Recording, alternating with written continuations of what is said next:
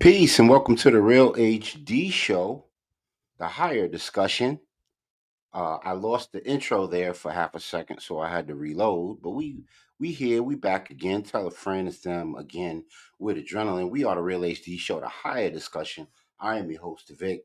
This is your 2 hour ride. This is your forum for exploring your freedom, justice, and liberation.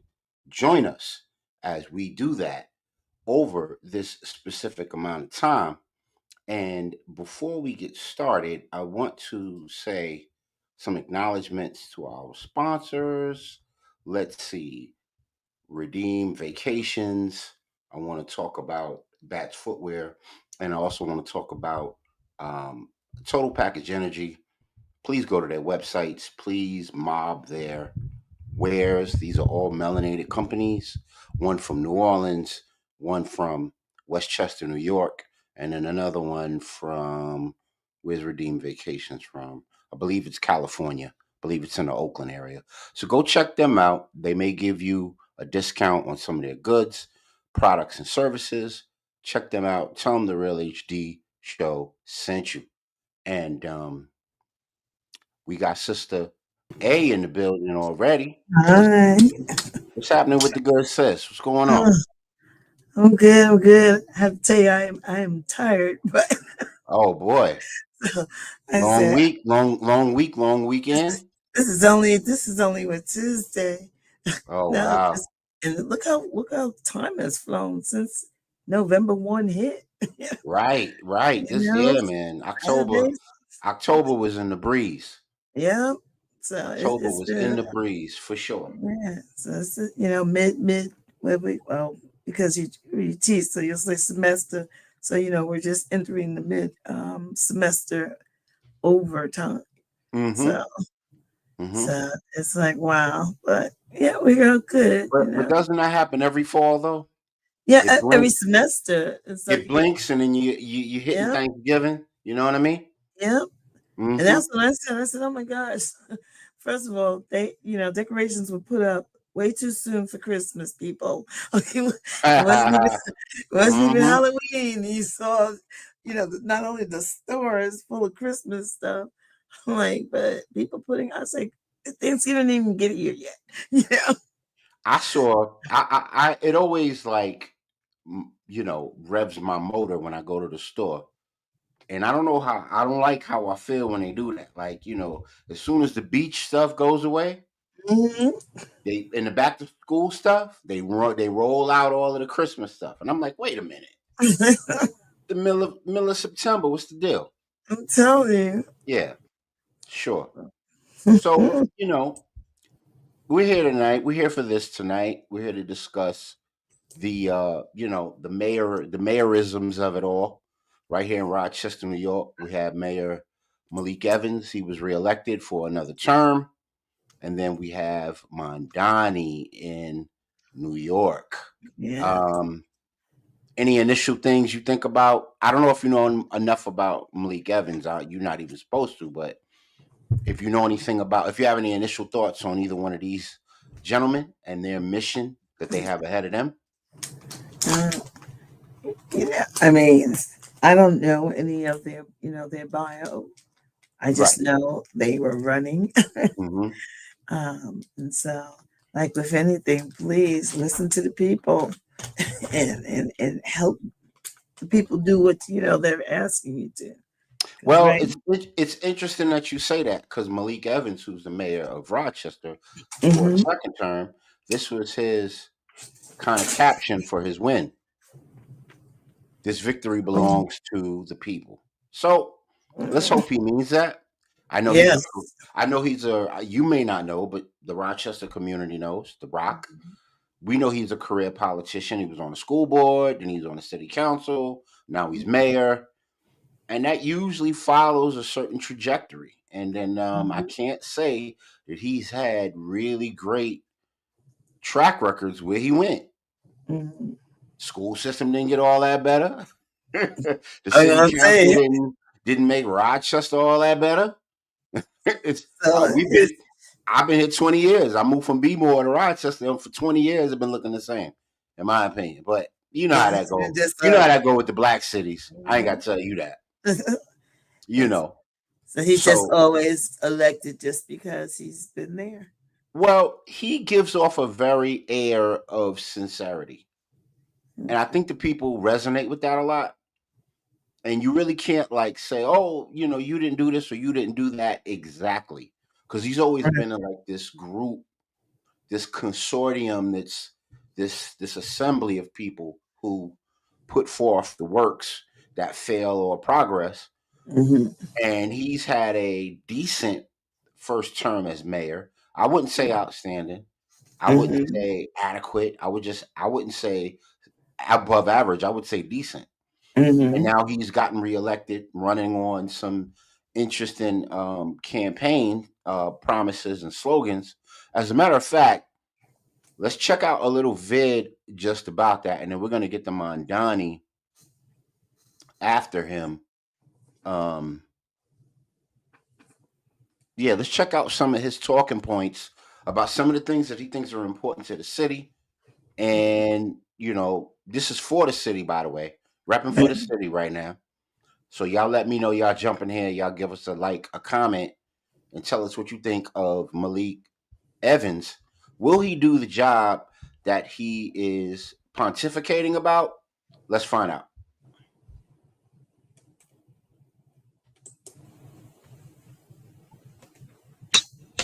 4th Street as Rochester Mayor Malik Evans announces his run for a second term. Are you ready to go? The mayor touting the accomplishments he's made during his first term in office.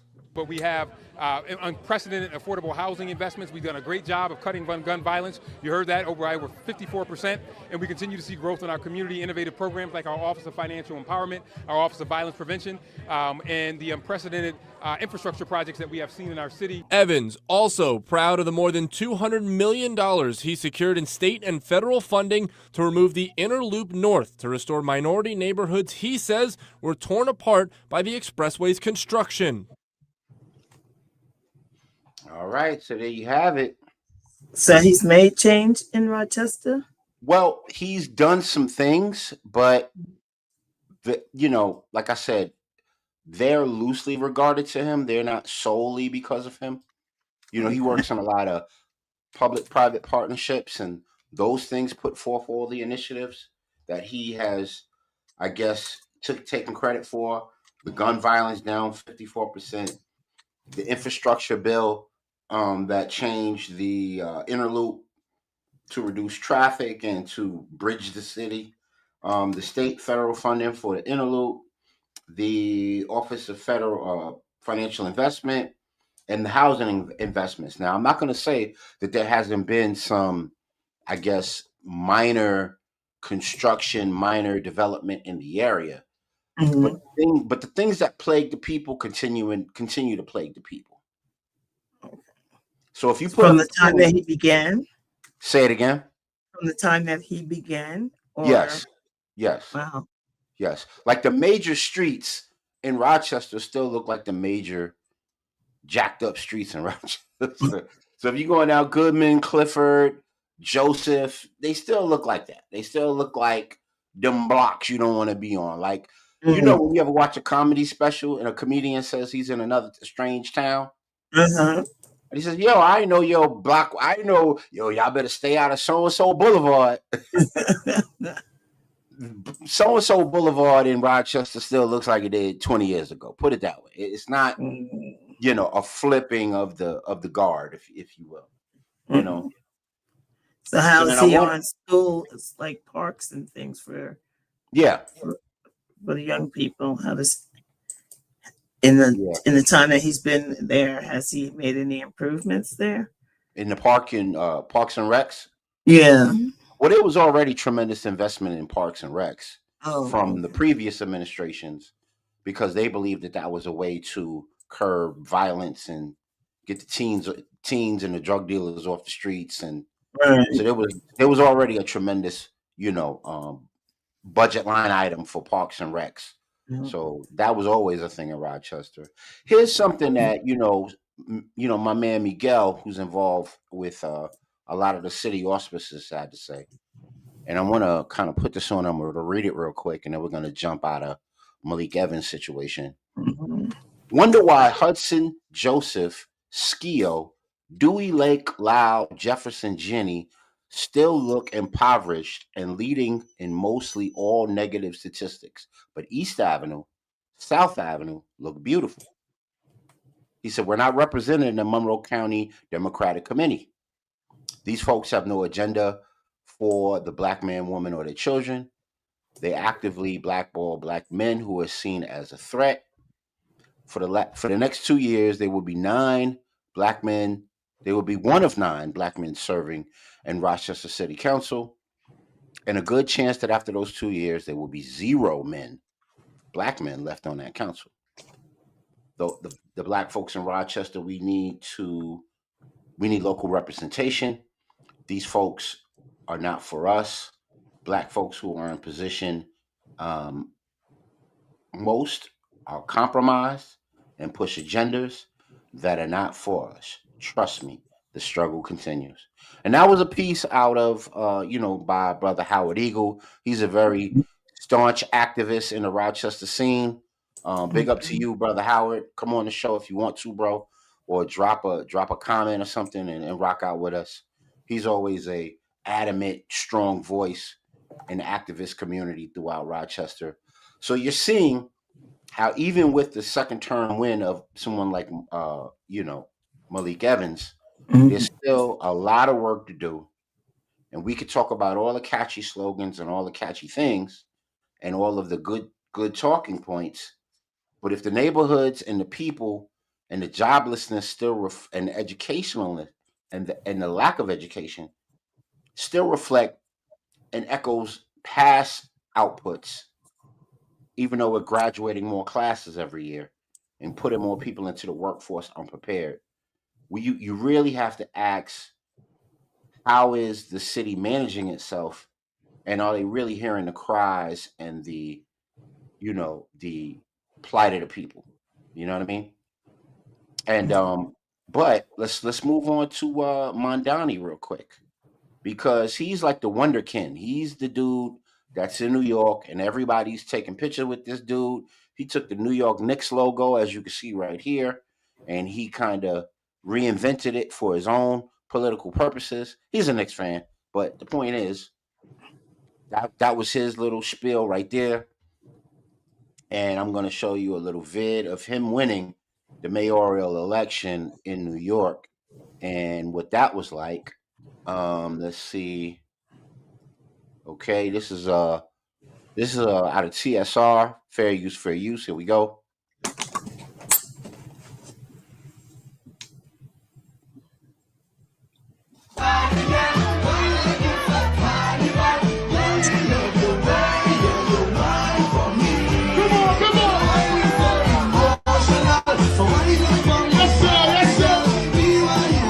Guys, my name is Zoran Montani. I'm going to be your next mayor of New York City. Think of making history. Thank you all so much. It's such a pleasure. It's an honor. Let's go out and win this.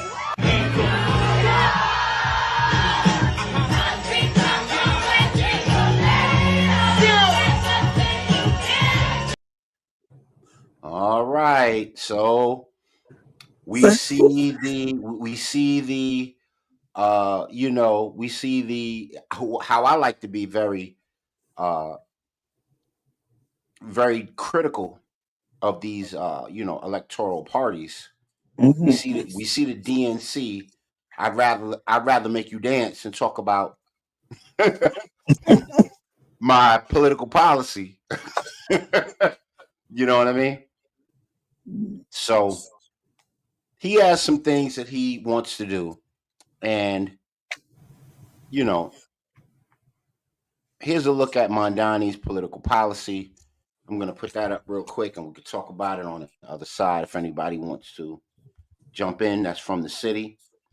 What do you? I can guess that from a lot of the persecutions that Muslims have been facing over the last 5 to 10 years, and of course, a lot of you know, the political persecution that a lot of Spanish people have been facing, this would seem like a win for them, no?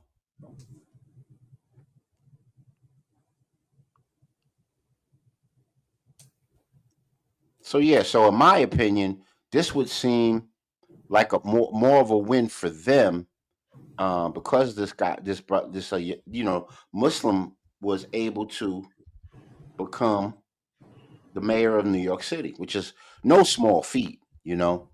Um, he really doesn't have a whole lot of political experience, um, and I'm typing it up right now, trying to get to his policy ideas. Let's see. Um, okay, here we go. I got it. So as you can see, the banner that's up right now, he wants to have universal health care, universal child care.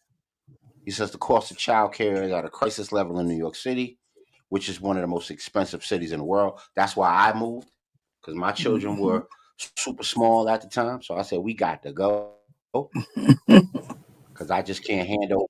I can't.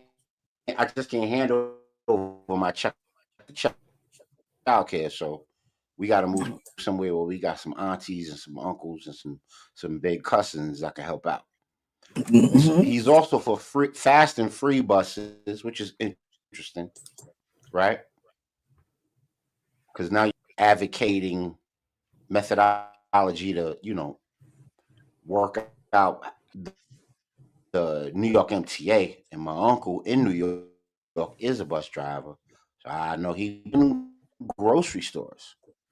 Now, this is interesting because, Sister because there's so many food deserts across the city. Mhm. And I know you remember that, right? Yeah. So do you think that if we have more city-run grocery stores, do you think we end a lot of the food deserts in the city, or is it just kind of like a Willy Wonka wish that may never come true? We just wishing on a star. You know what I'm saying? What do you think? If we take more of a socialist approach to how we feed people, will that work? And guess what? There's been socialist approaches to feeding people. There's been welfare, there's been Mhm. EBT, SNAP, all these sorts of things. You What do have you all think these food about? banks and everything else. So. Yeah, what do you think about his kind of radical ideas, free busing, city-run grocery stores? He also wants to do some really revolutionary things with like rent control. Mhm. Remember them good old days. Yeah, But the yeah, moment that you let your property go, that's it. So, right. yeah, you know. Oh, I wifey got mean, a comment. Let's see. What you talking about, baby? He got the largest turnout since 1969, 2 million votes. That's huge. How can he continue to build on the groundswell, take that organizing and work with a neighborhood improvement projects that can implement these ideas? I agree. mhm. I agree. I agree. But you know what? When Eric Adams was going into office, he had rappers backing him, and you know what I mean? Mhm. Nas and Busta Rhymes, and everybody was backing Mayor Adams. Yeah. And then when he got in, I think we're gonna hire 1,800 more cops and put them in the subway. Make it commute just a little more special. Mhm. What do you think? What's your thoughts on that? And did you guys have a mayoral race where you were? I'm sure you did. Yeah. And how did that turn out? And tell your tale, if you don't mind. Uh, I mean, I went and I voted, Okay, dope. but I guess, and I always gotta remember, like I'm on the same ship now as everybody else around here. But I kind of went into the day was like, look, I ain't got no dog in this race, so like, and a lot of times, I'm like, I actually still haven't acclimated myself to knowing exactly what's going on. No, I hear you. I mean, that's fine. I'm just want us to have a critical eye of the fever and the fever and the enthusiasm that we often have for new elected people. Mm-hmm. People that we work hard for and we put a lot of belief in, and you might even join a campaign and put up a couple posters and wear the t-shirt and get the I voted today sticker. And then a year and a half into what they're doing, you got to ask what you're doing. Mm-hmm. What is exactly that it is that you're doing? Like, what is this? What do you? This is not what you said you were supposed to do. This is not what you said you were going to do at all. And then the campaign takes on the mayoralship or the presidential term takes on a life of its own because they're beholden to congressional ties, business ties. Mm-hmm. They don't understand the lay of the land. So for me, my thing is always this: there's economic super PACs and people that give to these people who run for office, these elected Mm-hmm. officials, and then they often don't understand how beholden they are to these people if they want to be reelected, if they want certain city things that are funded and philanthropy is given, you got to play ball. So then that slows down progress, that slows down the real nature of getting things done the way they're supposed to be done for a mayor. And all politics, all national politics are local first. So how you handle your local business is often going to be a mirror to how you handle the national stuff. Would you agree? Yeah, I mean, if you have a lens, on that kind of ascension going for the national, I just like to know, when you have mayors are supposed to help the city that they're in, Yes. and you know, Yes. and there's a lot of places like you're saying up in Rochester, a lot of places downstate. It's like we've been waiting for this to happen, waiting for that to happen. Right. And but continually putting the person back in the seat, and so Like yeah, I'll give you an example, sis. mhm, You know how many floods have been in New York City in the last 2 years? yeah, I mean, this place it's ridiculous. Like, why can't we get that handled? Why can't we create exactly, the conduits to get the water out of there if you know that you got live human beings, hundreds of them underground at a time, and they got people walking the gates of the subways when it floods. Like, what's good with oh, the infrastructure? Like, why can't that be solved? right. So, wifey says it's unfair to them not to help them keep accountable. It needs to be a collaboration. I agree. I Mhm, agree. But with that being said, there has to be a integral effort to address the priority and essential things that the city needs, not just the feel good things. And right. we see way too much of the feel good stuff in the election process, and then afterwards it takes on kind of a life of its own. Um, Having to have a writing campaign because they mhm. conveniently forget what the promises were, Right, and things like right. that. Like, You know. you know, so I just hope, so I hope and then he's a young guy and he doesn't quite know, he's a young politician. So he doesn't Mhm. quite know how the ebbs and flows, how the city works, who has quiet pockets of power, and Right. who you're going to be responsible to answering to for this or answering to for that. Yeah, and that's it right there. They're supposed to be answering to the people. Okay, There so you go. when Right. So let's put that up that's where again. they're supposed to be answering Let's to. put that up again. Mm-hmm. Right. Malik Evans said, this victory belongs to the people. Well, Mm-hmm. let's So start, putting the people to work. yes, You exactly. Ask know me, what I'm saying? If they're going to put you back to work, mm-hmm. help put the people to Put work. the people back to work. Exactly. I mean, it's no secret where areas flood nowadays. We're supposed to have like the top environmental engineers in New York, in the state of New York. Right. So it's really what's surrounding those areas. You're killing a lot of. They killed a lot of mom and pop. The last, I should say, of the mom and pop stores during the flood a couple of days ago. They were under.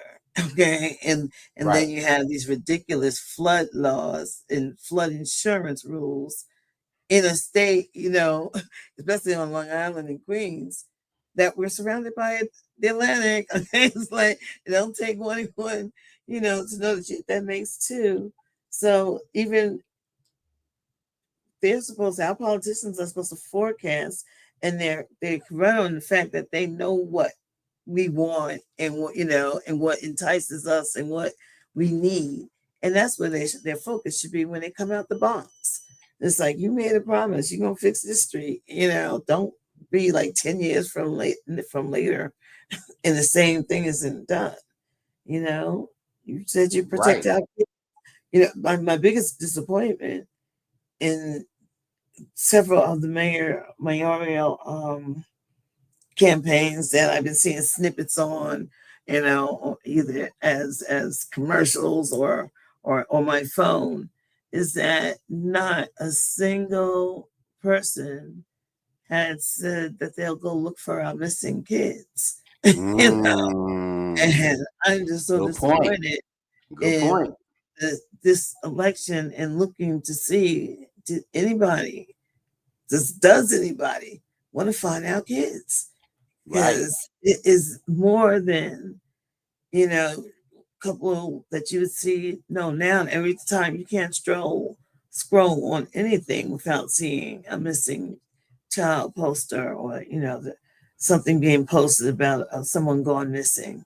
So I'm very this is just a game of politicking, because if you really were going to do something for the people, you would go find your kids.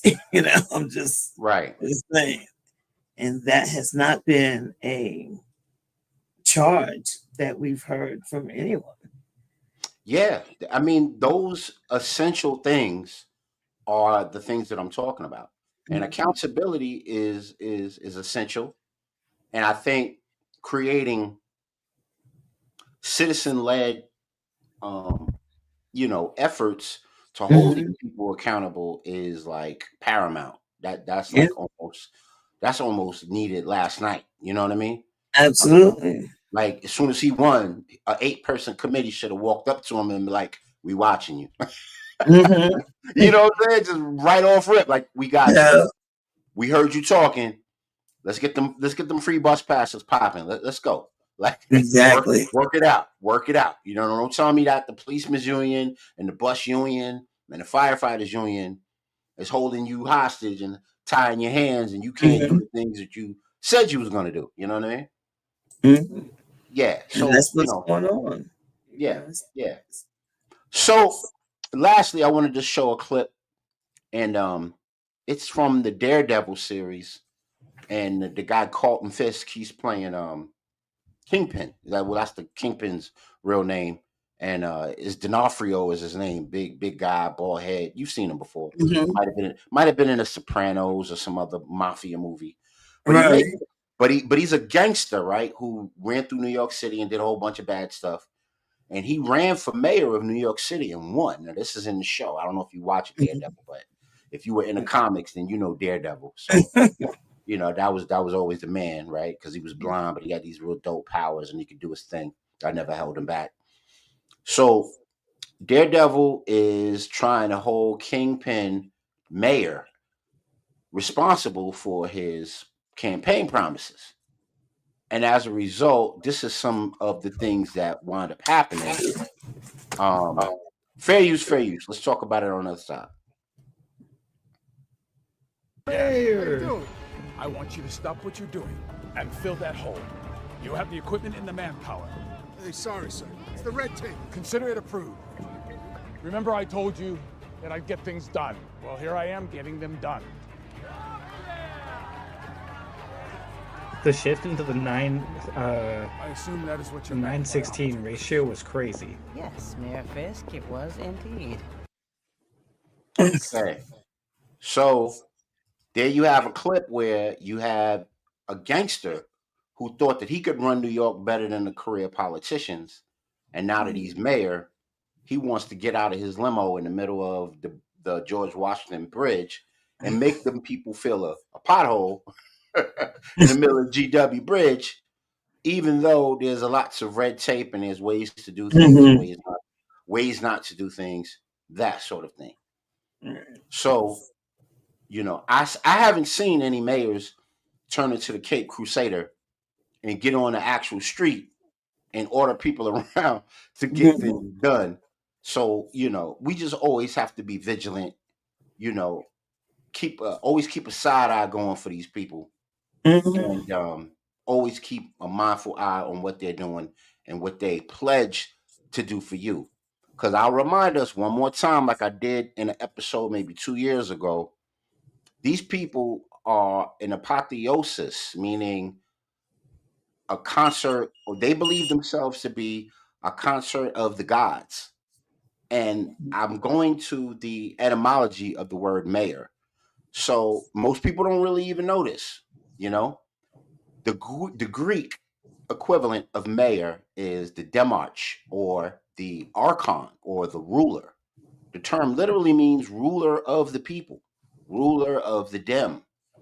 In contrast, the English word mayor comes from the Latin major, or greater, or ruler, magistrate, commander, ruler of the people, or ruler of the dem. So I just want, and of course, they say we're in a democracy and they say we're sovereign citizens within that democracy.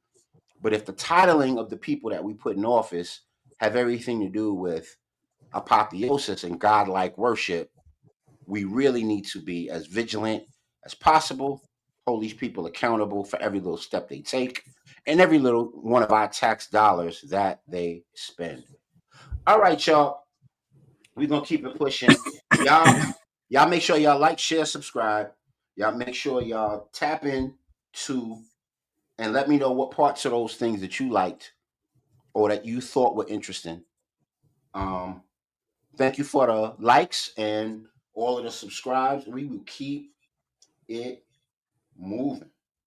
So I'm watching African Diaspora Network and I'm listening to the sister do her thing on her particular show, Denitra K.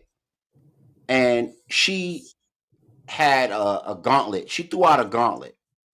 And it's about black politicians that we over infantilize. We put them on a pedestal. We give them apotheosis status. And I'm talking about the Kamalas and the the Scotts and the Barack Obamas and all the rest of them. And all she wants is for them to just do something. Like, can y'all just do something? Can y'all keep y'all word and just do something? Don't just fall in line with what y'all supposed to fall in line with, but actually be active, be concerted, get the job done.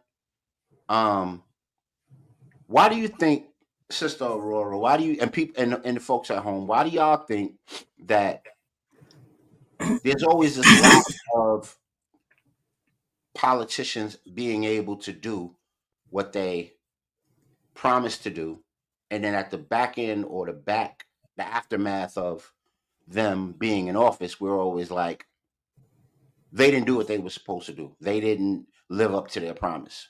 Why is that? Why is that a through line with a lot of black politicians? Now we know about the white ones. We know what they're about. But why do you think this is a through line with the black ones? What do you think? Well, one of the reasons why, we say, hey, we put you in office, now do something. Right. But, what ends up happening is the man's like, I thought this was a we thing, show my back when I'm going in front and saying, well, do this, that, or the other, I'm going up to the county exec and saying, hey, give us our piece of this for this, I mean, have back, you go into, you start the first time, when they're running, you see those board meetings and all of that, the board of legislative meetings and everything where we are, it would be packed. And then after that initial euphoria, where the people, right. It's like, ain't nobody helping the brother or sister out, so where the people? and we tend to do that because, again, just the campaigning of it all, that's showbiz, Right. kind of thing. Right. Those are orchestrated assemblies, and so that you know you can tell when you get a real one. When someone else shows up in the corner because somebody done shot somebody's kid or whatever, and then the whole neighborhood comes out. But again, that dies off too quickly in our neighborhoods. It used to be that we can, run the gauntlet, stand firm, but I don't know, our sense of duty and care for one another has diminished so much that you don't get that fervor. You get it the day of a funeral, the day of whatever the incident happened, but you don't get the fervor where someone's like, look, now I put you in office. Now we're gonna tell you and hold you accountable. So on checklist number 1, we need you to do this. Number 2 and 3, that's easy to do. Do it. But we don't do that anymore. So you're saying it's lack of the civic participation from the people? Yeah. I mean, okay, we put the person in that we figure it's going to be able to do stuff, but you still got to back them. You still got to help, because again, like we was with he's a new politician, new to that, and see, and it's that particular part of the world, that politicking side where, there's some things you got to do. You can't. No, you promised to get this done. Stop. Don't get mixed up with the politicking. Get it done. Sign a work order. Do whatever, Right. We need to be there for you at the person's office. If that's what we need to do, hey, let us know. But that type of engagement, that type of fervor is not here anymore. Only during a presidential campaign election, because that's where the good show business, that's where everything come in. They use all kind of things. That's when the good show business come out. Yeah. So you see, the night before my Donnie won, he got the Puerto Rican anthem out, and they reggaeton, and they having a good time. They're getting it in, and now it's time for him to get to work. Right. And then we'll see what the first 100 days will amount to. Exactly. You know what I mean? And how all of that will materialize itself. Hopefully in a positive way. I'm not gonna hold my breath because I done been through Mayor Dinkins. I done been through, Giuliani. I done been through all of the cats, and they talk a good game, and then when the rubber meets the road, it's another whole thing happening with them. You know what I mean? And that's been on wash, rinse, repeat for as long as I can remember. Absolutely. So then, like the title of the show, it's no measure of health to be in a well-adjusted, systematic, sick society. In my opinion, the political wheels that always are greased and that always move in a certain way, that are built to reinforce certain norms, continue to do that. It really, in a lot of ways, it really doesn't matter who you put into the seat. This is why the mayor has a cabinet or a group or an assembly that addresses him, and the president has a cabinet or an assembly that addresses them. And then they have offshoots that run off and do their thing, so on and so forth. It's not just him putting his hands on every piece of action that comes in and out of that office. I just don't know why we don't have more checks and balances with that as people, just in general. Yep. Yeah. But anyhow, let's keep it moving. We're going to get into our AAT report. Healthy, wealthier, and wiser for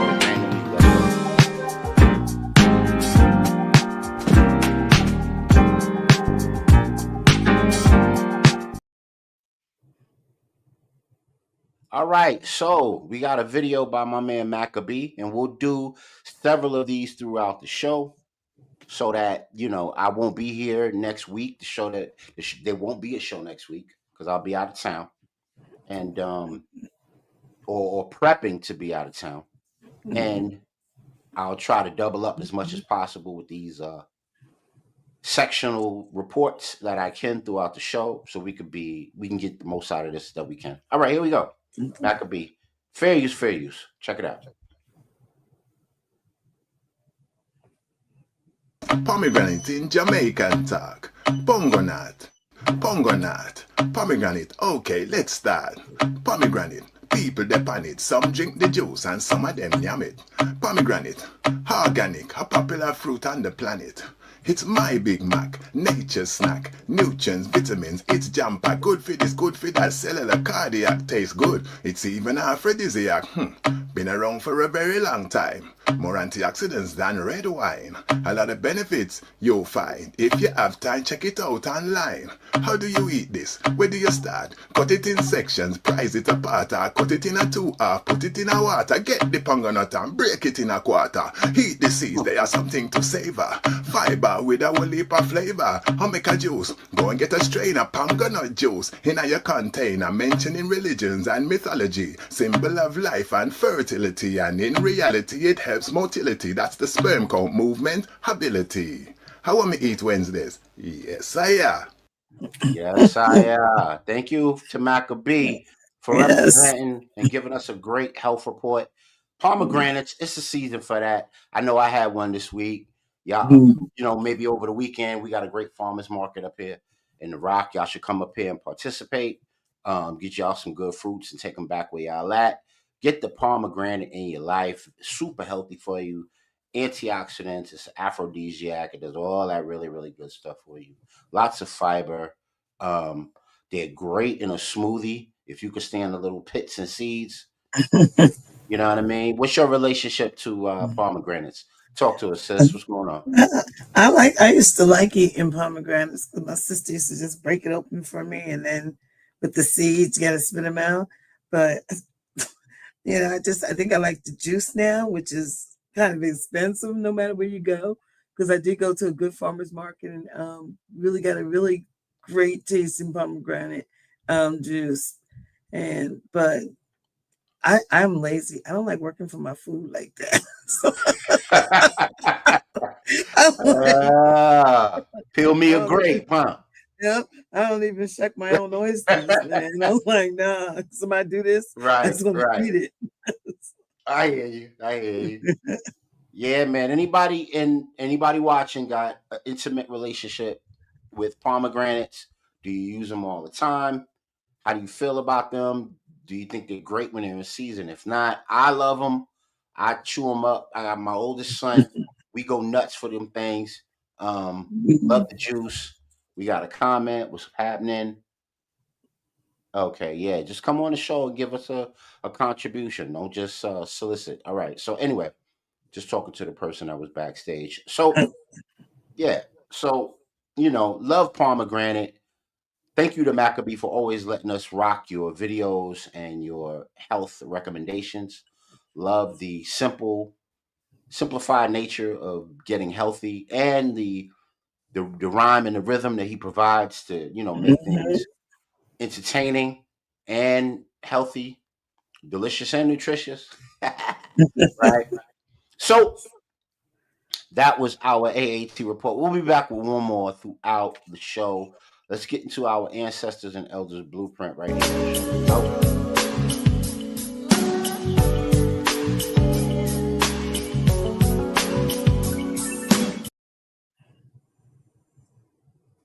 That's right. We are in the ancestors and elders blueprint because we're standing on the shoulders of greatness. And we often believe that in our ancestors and elders, and we often believe that we have to reinvent the wheel to solve our problems because they just seem new to us. But all we got to do is look back a little bit and we'll see what they did. We can remix it for our time and make it a little better.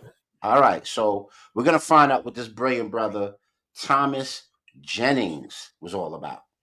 If you know about Thomas Jennings, you know he was the father of dry cleaning, right? But he was a brother. Most people don't know that.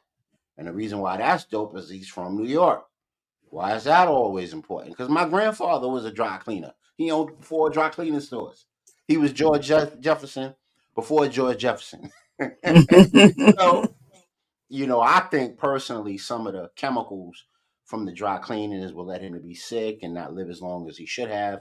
But, you know, let's talk about let's hear a little bit about Thomas Jennings and why he was a bad joker, and we'll be back on the other side. Let's go.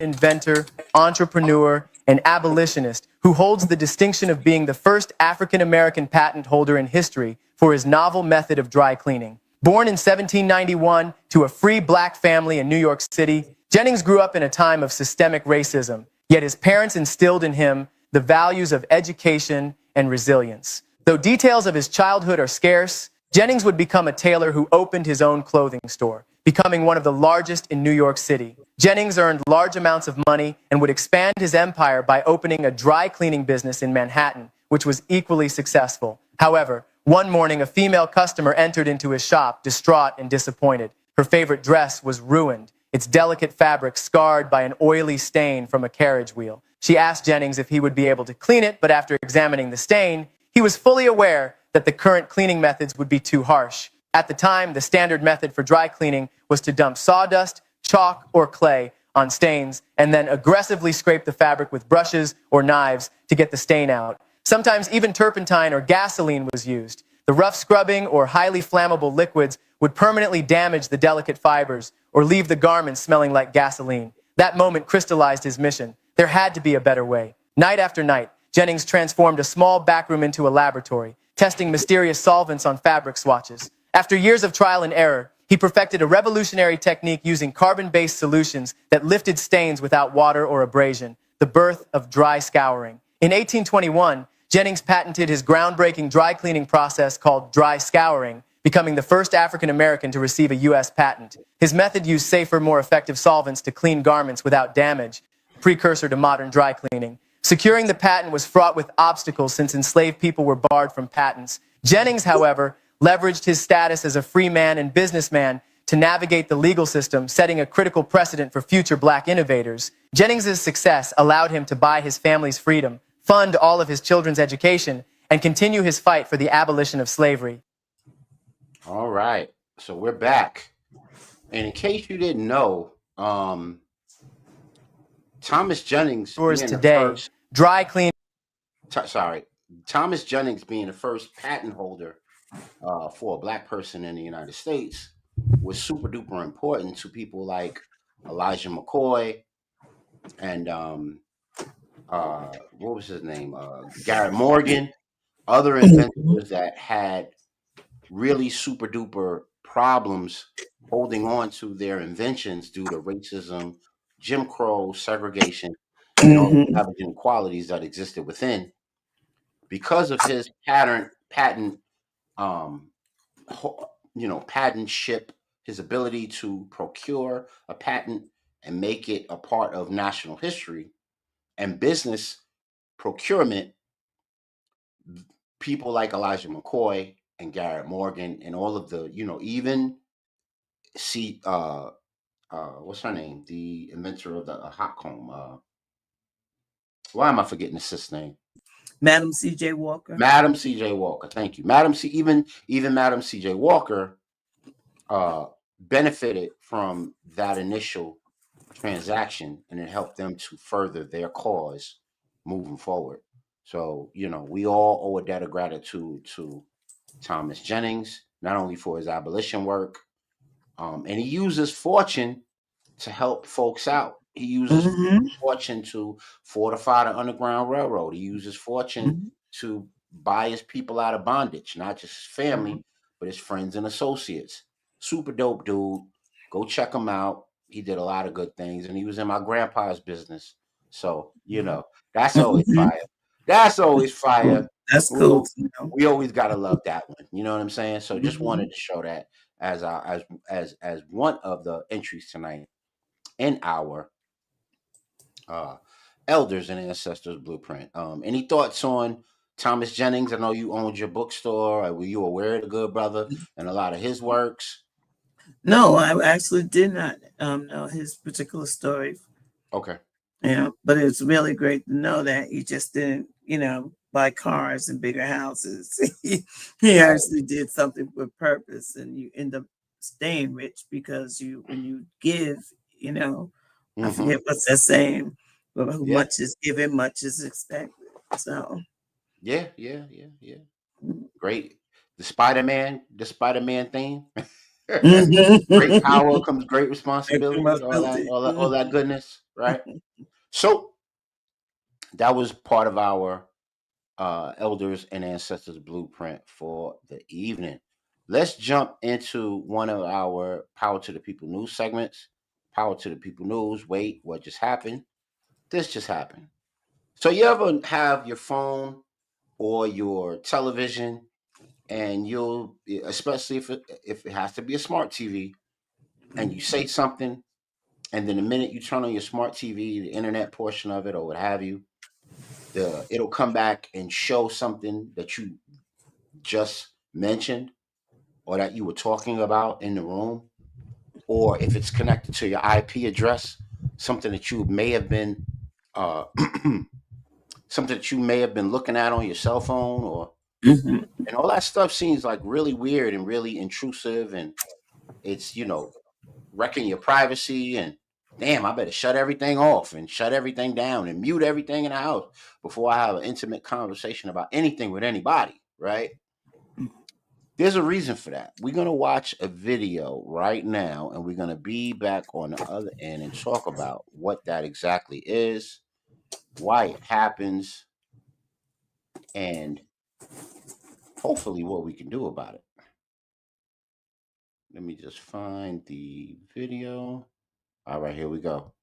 Is your smart TV spying on you? Here we are. Power to the People news. Should know your smart TV continues to spy on you. Find the article and read it for yourself. I will include the link in the description. No, the three letters that are spying on you are not FBI or DHS or CIA. It's ACR? Automatic content recognition? I've never heard of it either. Another reason to have dumb devices, I guess. Now, the article specifically says DVD or Blu-ray, but I have a feeling it would probably work for VHS, maybe even beta, if you can get it to work. But ACR take images and sound data fed to your TV and compares it to a known database. No. And TV manufacturers claim that this is for your benefit. No. How is targeted ads my benefit? And then the article goes on to explain how you can take control by going into the settings of your smart TV, turning the ACR off. I got a better idea. How about you replace your TV with a dumb TV? Or as the article says, you could just remove the Wi-Fi password or Ethernet from your smart TV and make it dumb. And we already know what the side effect of this is. They're looking for bootleg copies of DVDs that you have. I swear to God that technology is getting more and more intrusive. This is the reason why the only thing I have that's smart is my computer and my phone. Everything else I own is dumb. I mean, seriously, we all need to stop adding convenience for the sacrifice of privacy. There is no reason why your TV, your refrigerator, your washer and dryer needs internet. All right, so there you have it. Now, this goes back to an episode that Brother Mosley was on. It was me and him kicking it, and we were talking about how the video game consoles have some back algorithmic encryptioning that allows them to kind of get your information on what you're doing with the video game, and in some cases make out like a silhouette of you in front of the video game, and then they can create metrics of the amount of hours that you play, the game that you play, your temperament when you play the game. Are you a violent gamer? Are you a soft gamer? Are you quiet? Or just creating all kind of metrics on you about your video game habits. And now we find out that with ACR technology, they can stay. There's a two-way ability and camera function and audio function, anode cathode, and they can hear and see just as much as you hear and see. Sister Aurora, what you think? Are we dumb to our smart TVs? It could be. It wouldn't be the first time. Right? 1984, Big Brother's watching you. Crazy. So that's what I said about remember when they were doing the whole TikTok thing and everybody was losing their crap about they were going to take away TikTok? Right. And how intrusive TikTok was supposed to be. Oh, they can get information about our teens and get information about our privacy. And I said, we've been getting Asian electronics for the last 40 years. Thank you. You think they didn't put a backdoor algorithm so that they can monitor what we doing? Exactly. And now we find out here with this automatic content registration at your TV right now, and the difference it makes in your privacy. This was always something that is kind of ruminated about, but it's never really landed on. Everybody's like, yo, I was just talking about soda. Why is soda on my TV? You know what I'm saying? I was just talking about getting a new car. Why is a new car on my phone or on my TV? Like, what the hell? What shits? What the hell? So we always got to be vigilant. Now, I have the Amazon Fire Stick, right, and the Amazon Fire Cube, and I ain't gonna front. I get the movies from the sites, but every time I do that, I have to go way in the back channels of it and turn off this and turn off that, and make sure that all of the tracking and information quantifiers are off after I use it. So they can't, like, when I watch the movies, I'm sure they have some way of doing it with maybe with your IP address or whatever, but they don't know through your television. And then I ditch the TV and I use a projector. We got a big old movie projector in the house now. So we don't have a big old screen looking at a screen like a zombie. Don't you use your phone to project onto the projector? No, I have a straight projector. No. Yeah, and I have it. What do you feed in there? I have it hooked up to the HDMI, and that runs into the Amazon, and it's all. I'm super tech guy around my house, so I kind of. But don't they say, when you're setting it up, please allow location or something like that, and you have to press that so that you can get a good signal? Yeah, absolutely. They do. From that moment, I mean, even from the beginning, you're already being tracked. There you go. There you go. That might be. It might be. I have to get my metal detector out in my Scooby-Doo kit and see what I can see. But I just think it's interesting that we once again we give our voluntary consent away for convenience. You know what I mean? And we really don't know, and then we wonder why we're getting solicited for everything under the sun. Why, you may be talking about something and then that particular item appears in some sort of way to sell to you or market to you. That always happens, because when I'm online and then don't stay on an insurance thing too long, because before you know it, you get the phone calls. Oh, I'm responding to your. I ain't put my number in yet. I'm like, no, I'm responding to your internet inquiry. I didn't send nothing yet. And all the insurance, and Right. all the insurance companies be like, oh, I said, dang, I just finished looking at the site, just looking at one of y'all commercials. Right. Right. Crazy, man. Crazy. Yeah. And then all the commercials you do have to endure just to get through a show or something that you want to watch, and you're like, do I need to know y'all little secret business? I don't need to know that. Just get me through the commercial, and then you gotta pay so that you can't see the commercials. Right, so you don't have commercials. Right. We'll take $5 if you don't want to see the commercials. We'll take 10, 15, whatever it is, whatever system you're using. Crazy and a half. Crazy and a half. Hey, sister. Hey, I wanted to show something. And if you'll rock with me while I put it on, hopefully we can. Do I have the thing on here? Oh man, I took it off the intro. I took the intro off. All right. Well, it's about mental health. Okay. So I had a segment called Melanated Mental Health Moment, and I'm going to try to find the intro real quick. And play it. And if I can get that on here really fast, and I don't have to go through a lot of shenanigans to do it, and I don't see it right now. All right. Well, we're going to do it anyway because I haven't done this segment in a very long time. Talking about mental health of ourselves, our people, our family, our loved ones, ourselves, right? So let's do a quick one, and this was given to me by Brother Mecca, and I think it's very interesting, and I think it also kind of speaks to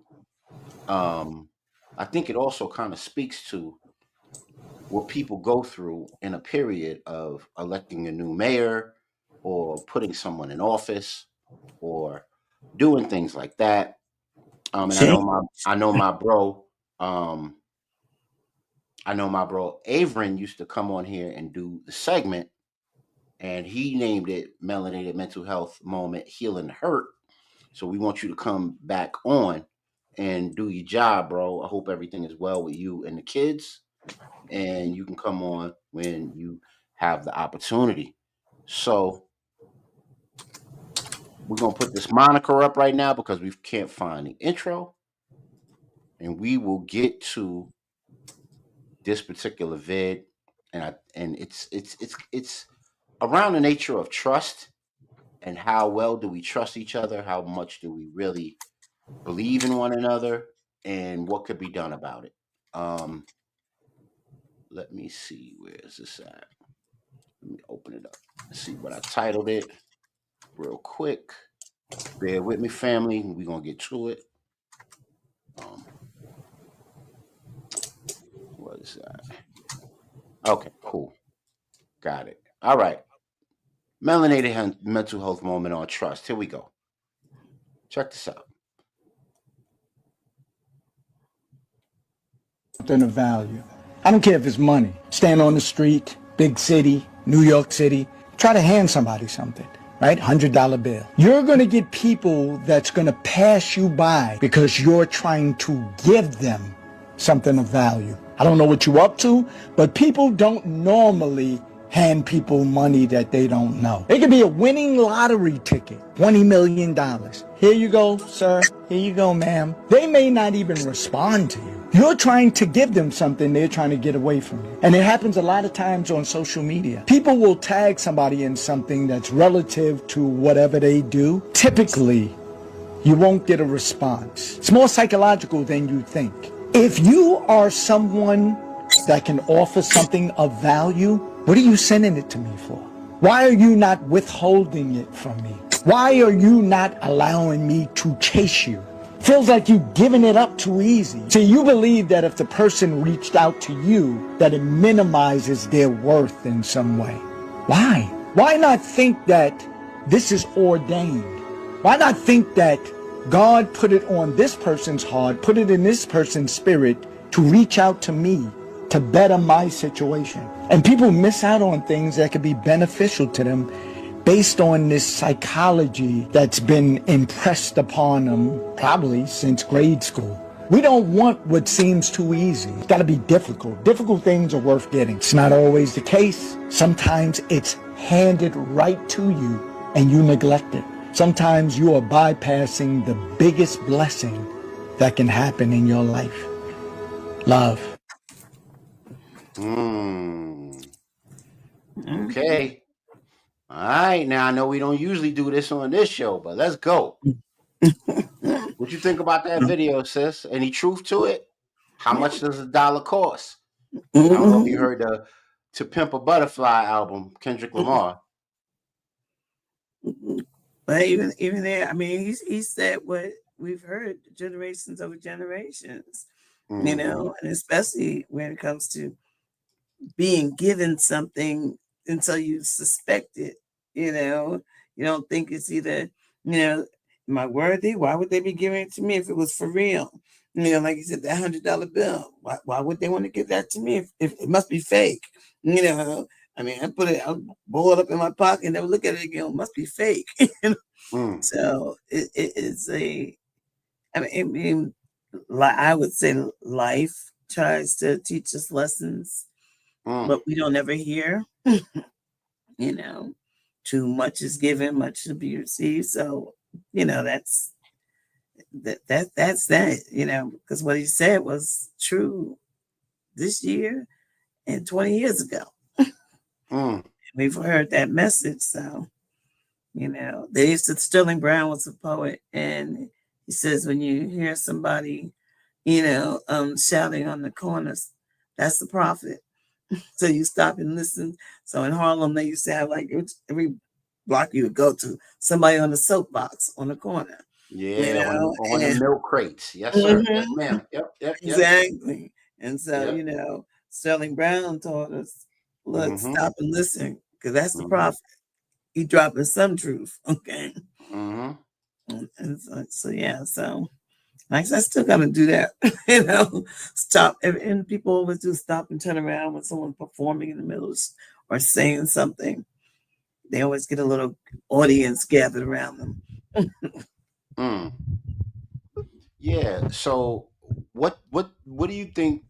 How do you think this reflects on people's mental health, how they process, and what does that say about like the American experience, capitalism, and that kind of dog eat dog mentality where we can't stop to smell the roses or stop to, and does it kind of dog down to that, like where we can't even stop to appreciate nature? We can't stop to appreciate each other. So Right. So why would you appreciate somebody trying to hand you something that's going to benefit you on the street for free? You know what I mean? Like, you know, paranoia. What do you think the root of that is? You know, I mean, a lot of that is, you know, paranoia, could be how your upbringing. Don't talk to strangers. Don't take anything from strangers. Don't do this to strangers. I mean, it could be a number of factors that someone grows up with. You know, a number of ways. You know, I'm that curious type, so I it's was always 10:30. Do you know where your children are? Yeah, and then you gotta go. You remember that one, right? Yep. Make sure that you can answer that question. Oh boy, that was a crazy one, man. Don't do drugs. Yep. Don't have sex. Don't do this. Don't do that. Join the click. That's click your seatbelt. Okay. Right. Yeah. On my wife's show, her book show, she was talking about how, you know, we're a generation, especially if we're Xers, you know, we were a generation of, you know, deferred joy. You know what I'm saying? Like you couldn't really have a lot of real joy because it was like, don't do this. Don't eat too much, you get fat. Don't you know, don't, you know. If Halloween came, don't eat the candy till you get home so we can inspect it. You know? Don't keep the fruit because you know you bite into that fruit, the razor's blade's in there. The razor blade in the apple, right? Oh God, right? You know? Talk about it. Talk about it. So then if we have all these isms, schisms going on within society, how can we actually have joy or appreciate joy when it makes itself available to us? And does that impact our mental health? And it does. Again, it's really what has been the messaging for you. What's the messaging?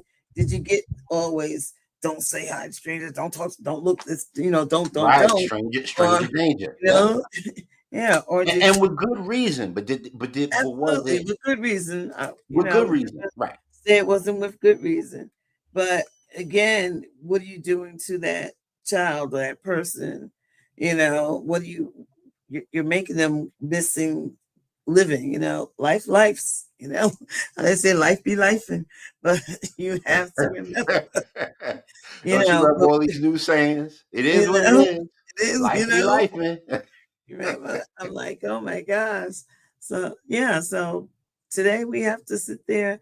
It's what the information has been put into someone. It doesn't even have to be a child, It could be when you go into a new workplace and then you get hold of the wrong clique, and it's what they're telling you about. So you never get to sit there and say hello to the person over there because somebody's filled your head already with, oh, don't talk to them. Oh, they did this. And it could have been the blessing sitting right next to you. So it's all kinds of areas where we find it's whatever was put into us. And as adults, you would hope that, since we're talking about mental health, that you would get assistance and understanding what those feelings are, where they stem from, or how to move on from them. If they're, if they're stifling your movement, then that's not really a good thing.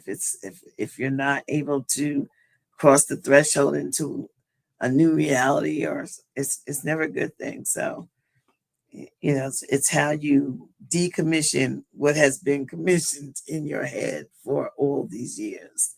Mm. And that's what you have to try to do. Right. Let's get some Naeem Akbar up in here. Let's break it all down and turn it inside out and make it right. Mm-hmm. Yeah, I often think of gift giving and people receiving compliments that they don't normally get. Yeah. And you tell someone, "Oh, you're pretty. You look pretty today," or you give someone a compliment. I was just thinking, or give someone a gift, and it's a really nice gift. Oh, I was just thinking about you. I got some. And then What do we do? We shake it. You see the cower, right? They start doing this. Yeah. They don't know how to react. We take it. We do like this, shake it. Next to our here. Okay, we don't hear ticking. Okay, we'll take the gift. Right. You're skeptical. You're skeptical. Yeah. Or the new thing that's happening, and the new that the kids are talking about, love bombing. Have you heard about that? No, what is love bombing? Is that like photo bombing, but you happen to be the boyfriend or girlfriend of somebody? Not really. Love bombing is like you're doing the most because you're excited about being with that person. Oh yeah. Especially when they got social media. You see all the young girls, hey, Bobby, look at me. This way, they're taking all kinds of pictures. And they can't go no place without having it videotaped. So it's like, I'll buy you the expensive dinners and the flowers and the brooch bracelet and the tennis bracelet and the link and and it's like one after the other, and then the person doesn't know how to receive, and they weren't taught how to receive, and they think it's some ulterior motive to receiving. You know what I mean? Yeah. And they call it now they naming some, now they have it as this little socialism called love bombing. You know what I mean? I just wanted to point that out because I want our folks to work on that a little bit. Our folks aren't the most material heavy. We don't have the super resources, but we do have each other, and we do have our creative selves that are very ingenuitous and very, forthcoming with a lot of ideas and a lot of creative ways to live and love and be happy and have joy. And let's just kind of embrace one another with that. Let's not try to hold each other back from that. And absolutely.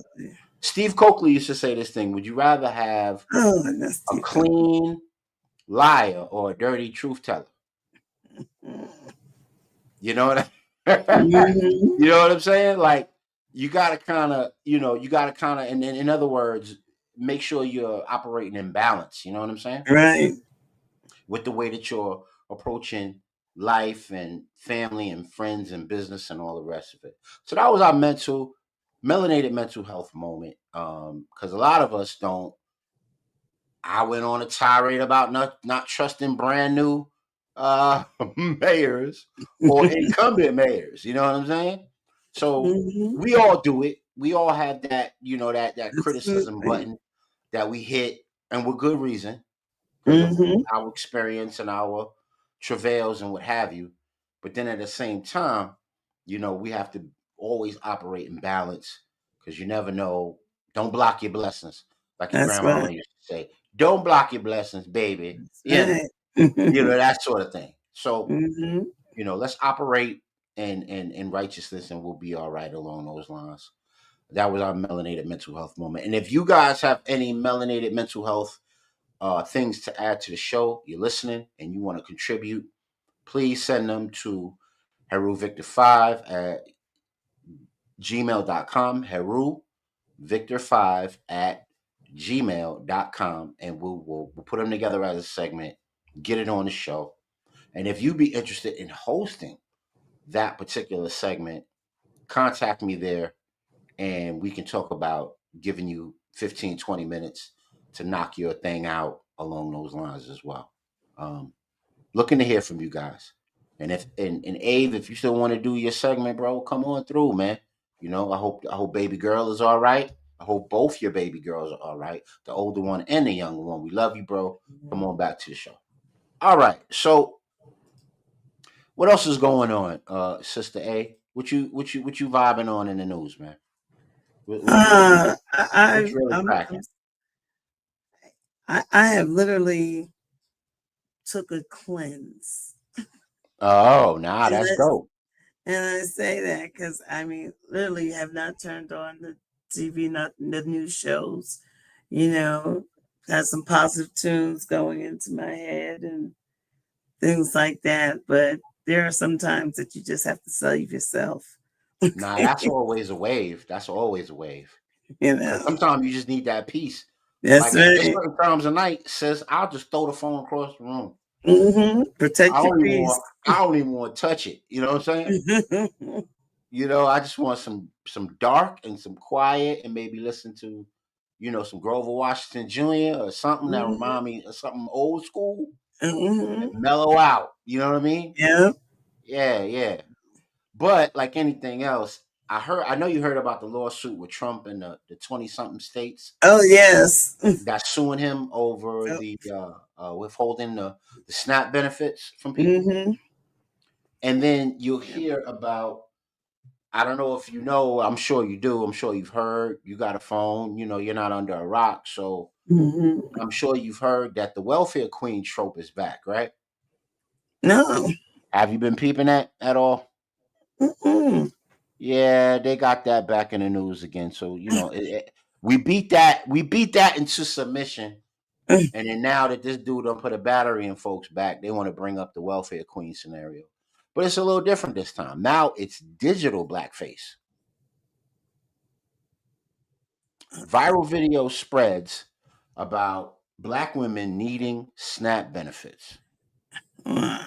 Yeah, so this is like some things that are going on in the news, and they're trying to bring up that old trope, even though it's been disproven by any academic researcher that you want to listen to, that there's more white people in the country than black folks per state.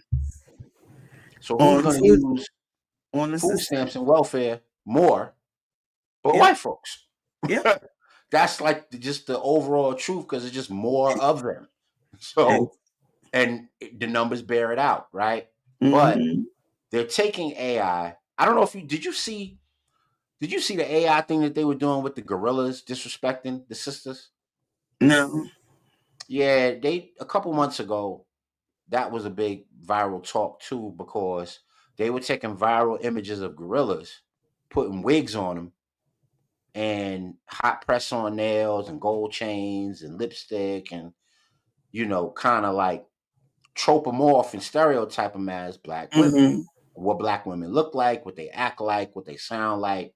And now they're doing it again with the whole SNAP and EBT drama, even though that's not how the statistics actually bear out. Right. So I'm gonna show a quick vid of this, but this is also part of our Lit City report. We're gonna get into it, but we will hold on. Let me try to find it real quick.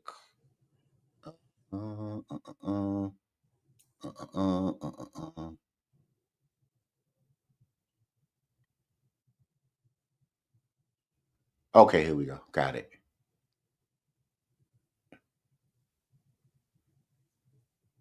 Where's the first one at? Okay, give me 1 second. Just trying to see. Are you good? Okay. Cool. Got it. All right. Let's see. All right, cool. So this is the first one. Now, this is what people in their bombastic Trumpism, racism, and all the rest of it think of, when they think of EBT and welfare, this is what they want the trope to be. So let's check this out for a minute. And then we'll get to some truths on the other. Outrage about who benefits from the SNAP program. Channel 2's Audrey Washington went to Emory University in DeKalb County to find out why professors call the videos dangerous. And these AI-generated videos are pretty disturbing. They actually flood our timelines every day. Now some AI experts are explaining why these videos are spreading misinformation. What's wrong with the car? It ain't working nowhere. You've probably seen them before, those social media videos showing mostly black women complaining about losing their SNAP benefits. This video shows a black woman wearing a bonnet and screaming about losing her EBT card. But AI experts tell me the videos are fake. Just AI-generated images used to spread misinformation. Emory University professor Rajiv Garg. It is blinding people in our decision-making capabilities, in making the right judgments. Right now, there are hundreds of these. All right. So there's a part 2 and a part 3 to that. I don't think we need to see part 2 and part 3. I think we get the point. What do you think about these tropes that they want? It's almost like the barbershop thing. Remember the barbershop video I showed you? We were looking at the and they want to come around and perpetuate crime statistics and violence statistics for black people. And now here we go again with the welfare queen trope. Let any old school ism come up and these goofy yahoos try to mimic the stupidness of the past, even though it's dead and buried. Why do you think these things still persist? And what can we do about them? What do you think we could do about them? Well, we're the gatekeepers. It goes back to what I'm saying. The fervor of consistently keeping the pressure on is no longer there. And, some people are definitely compassion fatigued. Like, with always having to stand up for someone who doesn't want to stand up for themselves. That's interesting. That kind of takes a toll on someone, I mean, instead of even trying to solve a problem, right? It would be like the first thing you do, you're going to run and ask somebody, here, this is it. And then they say, so what have you done so far to help yourself or to help the situation? And they're like, we came to you, so those type of, I mean, I don't feel it's there, but then, and I shouldn't say I should feel it because I'm not participating as much as I did. This is the winding down years. And as Charles Barron used to say, we work smarter, not harder. Hey. So things you have to do, you plan. I can do it from the seat now, and that's always good. But yeah, I mean, you saw the last No Kings, so that flooded everywhere. But then we're like we had discussed the last time. Where is the, what's the plan? What came out of that? Where the action items? Right. Most people, oh, it's over because they ran it out. They stopped posting. you know, about the different rallies that we saw. So it's not saying that nothing will change.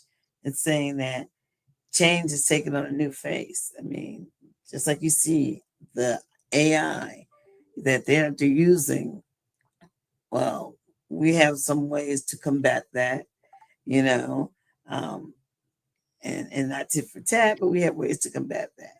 And so you have to sit Yeah, there and see there's new, there's new ways that people are fighting the fight. yeah. So one of the ways that we can fight the fight here is showing a balanced, objective look at what people are doing in terms of tropes with welfare. Mm-hmm. Now, the woman on the clip said that that was fake, but we've Mm-hmm. heard throughout the years, welfare queen this, welfare queen that. You Right. know, you have to worry if somebody who's taking your vital information thinks about you in that regard, even though you may come from Mm-hmm. a middle income family or a family that is a working class family and doesn't deserve that sort of judgment or criticism, but you always have to Mm-hmm. worry about it.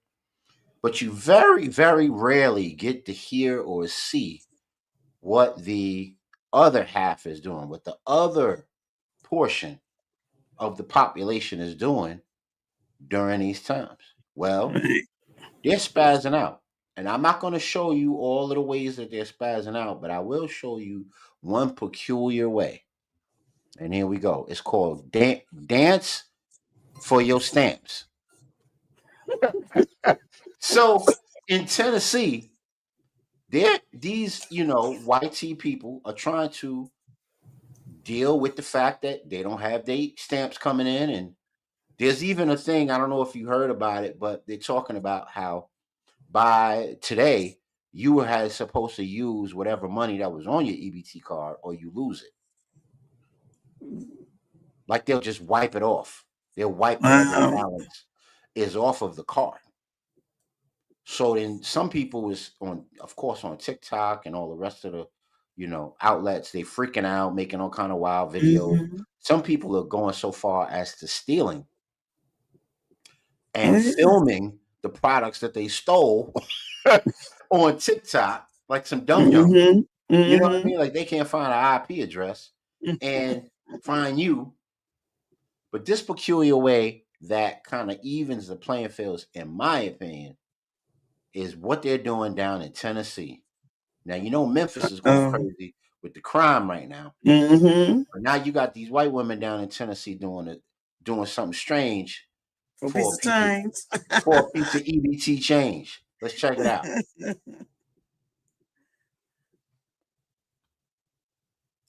It says no snap, no problem. Saturday, November 1st, that just passed, they had a strip off of the moms. You come to Walmart and be one of the top 5 participants in this strip off, and you get a Walmart gift card to buy your groceries. For how much? $500.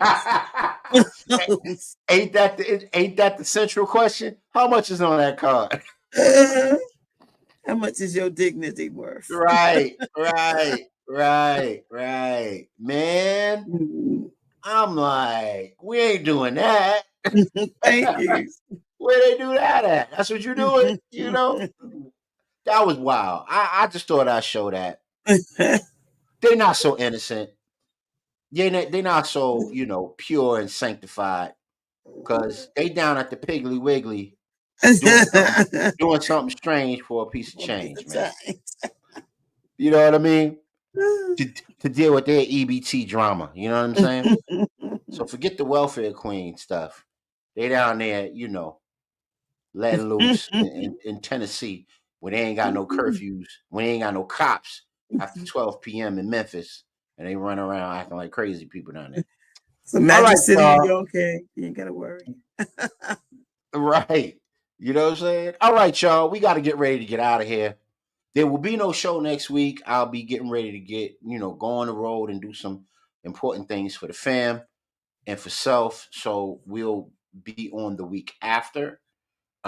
Make sure you like, share, subscribe, give a comment. We're thankful for all of the likes and the love and the TLCs and the blessings and everybody who tuned in tonight. We had a really robust audience watching. We appreciate it. Y'all come on back. Y'all like, share, subscribe, comment, and turn on your notifications so every time we have a Real HD show, you too could tap in and have a higher discussion. Sister, Peace. Yeah, peace. You got anything you want to talk about with the community before we get out of here? No, I don't have anything just yet. Okay, cool. So like she said, peace. And y'all walk with power. We will see y'all in a couple of weeks. Peace. Peace.